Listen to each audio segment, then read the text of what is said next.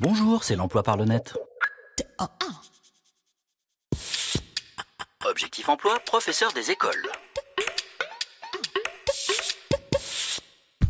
Apprendre à lire, écrire et compter aux enfants du primaire ou favoriser l'éveil des petits des classes maternelles, telle est la mission du professeur des écoles, une mission qui demande beaucoup d'énergie et de patience, de la rigueur, de la créativité et le sens de l'écoute, des qualités humaines qui s'appuient sur un solide savoir-faire pédagogique et sur un socle de connaissances important, comme le rappelle onicep.fr et lesmétiers.net, car le maître ou la maîtresse est un enseignant tout-terrain qui donne bien sûr des leçons de français et de calcul, mais enseigne aussi l'histoire, la géographie, les sciences et techniques et l'éducation civique au rythme de 26 heures hebdomadaires, sans compter la préparation des cours et la correction des devoirs. Mais écoutez plutôt ce que disent les instits dans les vidéos en ligne sur education.gouv.fr. Pour devenir professeur des écoles, il faut désormais un bac+5 et plus précisément un MEF, un Master 1, métier de l'enseignement, de l'éducation et de la formation, et réussir le concours de recrutement. Il faudra ensuite suivre une formation en alternance d'1 an à mi-temps pendant la deuxième année de Master et bien sûr obtenir un Master 2. Autre possibilité, avoir exercé une activité professionnelle dans le secteur privé pendant au moins 5 ans sans condition de diplôme, mais il faudra quand même réussir le concours. Le calendrier des épreuves 2016 est en ligne sur education.gouv.fr. Enfin, pour en savoir plus sur le métier et les programmes, explorez snuipp.fr. Mode d'emploi, se faire accompagner quand on est au chômage. Lorsqu'on est au chômage, on peut perdre confiance en soi, se sentir isolé et démotivé, ne pas savoir par quel bout commencer. En pareil cas, il faut se faire aider. De nombreuses associations peuvent vous accompagner et vous soutenir gratuitement. Il y a par exemple les clubs de chercheurs d'emploi, comme vous le verrez sur groupeadéquate.fr. Certains sont ouverts à tous, d'autres sont réservés aux femmes, d'autres enfin s'adressent exclusivement aux cadres. Ecclesia-rh.com en a recensé plusieurs. À Paris, le Club des cadres en recherche d'emploi propose par exemple des ateliers collectifs et un suivi personnalisé. Allez sur club-emploi-cadre.com pour en savoir plus sur son offre et ses méthodes. Pour sa part, l'association Petra a été créée par des religieuses, mais elle s'adresse à tous les cadres de plus de 40 ans. Elle propose elle aussi un accompagnement collectif et individuel, comme vous le verrez sur petra-asso.org. L'association Envol aide les femmes qui ne travaillent plus depuis longtemps. Installée à Versailles, elle affiche un taux de retour à l'emploi de 70%. Découvrez-la sur envol78.org. Pôle emploi n'est pas en reste et a créé les clubs Ambition dans plusieurs départements. Ces clubs proposent aux jeunes et aux personnes de plus de 45 ans, issus des quartiers sensibles, un coaching intensif pendant une période de 3 mois, renouvelable une fois, accompagné d'une mise en relation avec des entreprises. Pour en savoir plus sur ce dispositif, allez sur april.net et adressez-vous à votre mission locale ou à votre conseiller Pôle emploi. Agenda.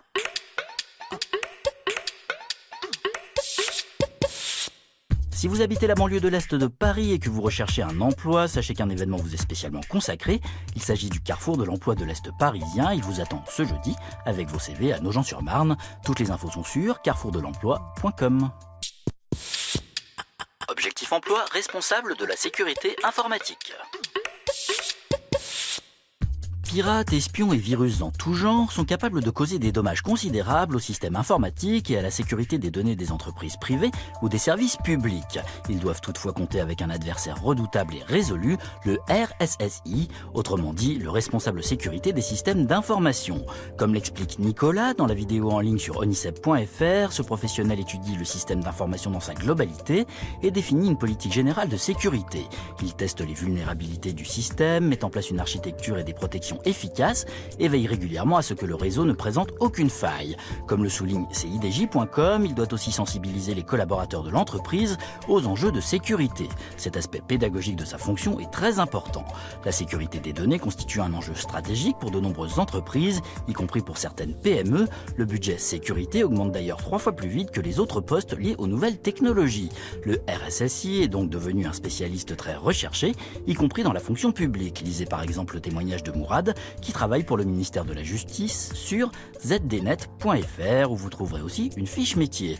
Plusieurs masters et diplômes d'ingénieurs spécialisés conduisent à ce métier, comme vous le verrez sur onicep.fr où vous dénicherez les coordonnées des établissements qui y préparent. Il y a par exemple le master sécurité des systèmes d'information de l'université de Rennes 1 à découvrir sur études.univ-rennes1.fr. Mode d'emploi, les adultes relais. Si vous habitez une zone prioritaire, si vous êtes dans une situation qui tient éloignée de l'emploi, si l'harmonie de votre quartier vous tient à cœur et que vous avez des qualités de médiation, pensez au contrat adulte relais et allez sur service-public.fr pour voir de quoi il s'agit. L'adulte relais peut travailler pour une collectivité locale, un établissement scolaire public, un hôpital, un office HLM ou une association. Il peut remplir toutes sortes de missions permettant de renforcer le lien social, faciliter le dialogue entre les usagers et les services publics, aider les parents et les personnes âgées, améliorer le cadre de vie, aider à résoudre les petits conflits de la vie quotidienne, soutenir la vie associative, etc. Ces missions demandent une certaine maturité, c'est pourquoi les contrats adultes relais sont réservés aux personnes âgées d'au moins 30 ans. Comme l'explique travail-emploi.gouv.fr, le contrat peut prendre la forme d'un CDD ou d'un CDI à temps plein ou au minimum à mi-temps. En échange, l'employeur reçoit une aide de l'État. Pour bénéficier de ce contrat, il faut être sans emploi ou titulaire d'un contrat unique d'insertion que vous devrez rompre. Adressez-vous à votre conseiller Pôle emploi et pour savoir si votre quartier est considéré comme une zone prioritaire, allez sur sig.ville.gouv.fr. Agenda.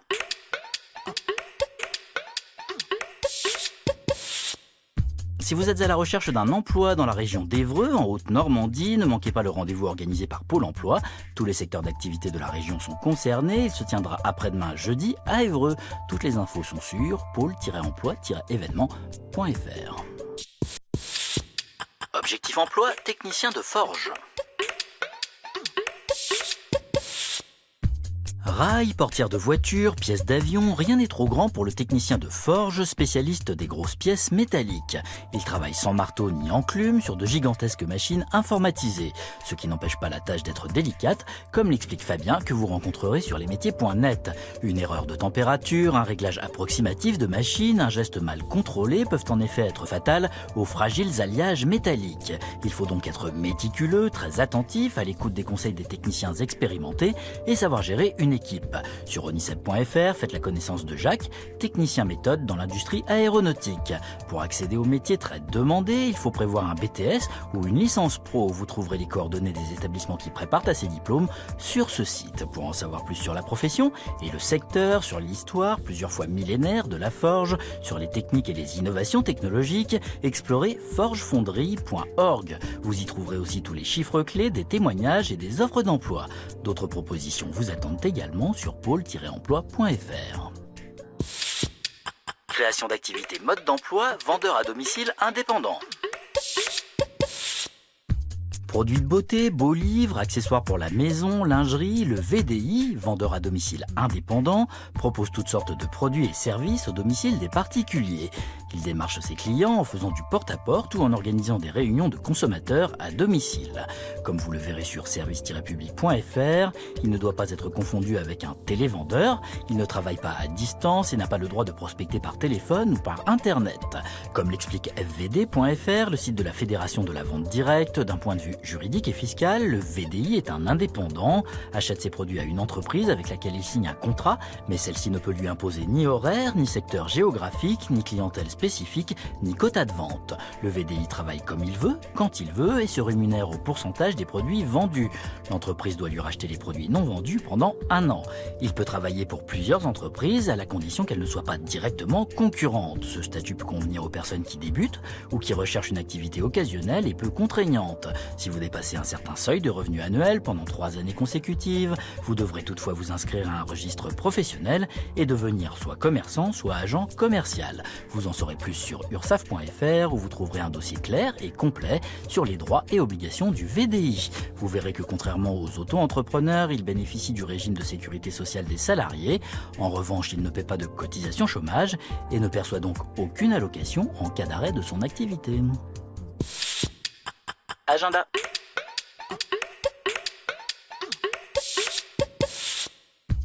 Si vous êtes à la recherche d'un emploi, d'un contrat en alternance, d'un stage ou d'une formation dans la région du Havre, ne manquez pas l'opération 24 heures pour l'emploi et la formation.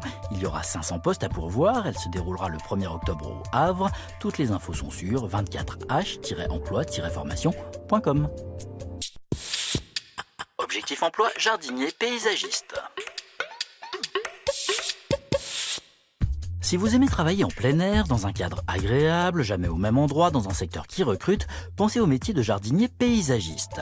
Comme vous le verrez sur étudiant.aujourd'hui.fr et sur onicep.fr, le jardinier paysagiste crée, aménage et entretient des jardins et parcs pour des particuliers, des entreprises ou des collectivités locales. Il connaît parfaitement les végétaux et leurs besoins, mais il est aussi très polyvalent, peut conduire des engins, se débrouille en terrassement, électricité, maçonnerie et plomberie. Il peut travailler pour une entreprise du paysage ou passer le concours d'agent technique territorial et devenir fonctionnaire d'une collectivité locale. Il peut aussi s'installer à son compte, c'est ce qu'a fait Julien, que vous croiserez dans la vidéo en ligne sur onicep.fr.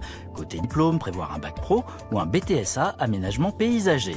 Découvrez ces cursus et les établissements qui y préparent sur enseignement-agricole.agriculture.gouv.fr. Pour en savoir plus sur le secteur, le métier, les formations, les diplômes supérieurs, les certificats de qualification professionnelle, mais aussi la création et la reprise d'entreprise, explorez entreprisedupaysage.org. Enfin, allez sur pôle-emploi.fr, vous y rencontrerez Xavier dans une vidéo en ligne et vous y dénicherez des offres. Mode d'emploi, travailler au Canada anglophone. Lorsqu'on parle du Canada en France, on pense souvent au Québec, mais les provinces anglophones offrent également de belles possibilités à ceux qui rêvent de s'installer dans cet immense pays si riche et si varié. Feuilletez le gros dossier proposé par l'Express.fr pour découvrir par exemple le Saskatchewan, l'Alberta, la Colombie-Britannique ou l'Ontario, à compléter par les informations économiques en ligne sur trésor.economie.gouv.fr. Le Canada accueille quelques 250 000 migrants par an, mais privilégie de plus en plus une immigration choisie de travailleurs qualifiés. Les démarches pour s'installer provisoirement ou définitivement au Canada dépendent de votre profil et notamment de votre âge, de votre expérience et de votre qualification.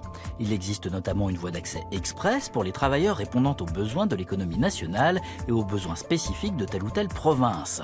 Pour savoir si vous êtes admissible, connaître la catégorie dans laquelle vous entrez et les démarches qui vous seront demandées, explorez cic.gc.ca et répondez au questionnaire en ligne. Pour découvrir les profils les plus demandés, province par province, et les salaires pratiqués, allez sur guichetemploi.gc.ca et profitez-en pour jeter un coup d'œil sur les offres en ligne. Chaque province dispose en outre de son propre portail d'accueil. Pour l'Ontario, par exemple, connectez-vous à ontarioimmigration.ca. Agenda.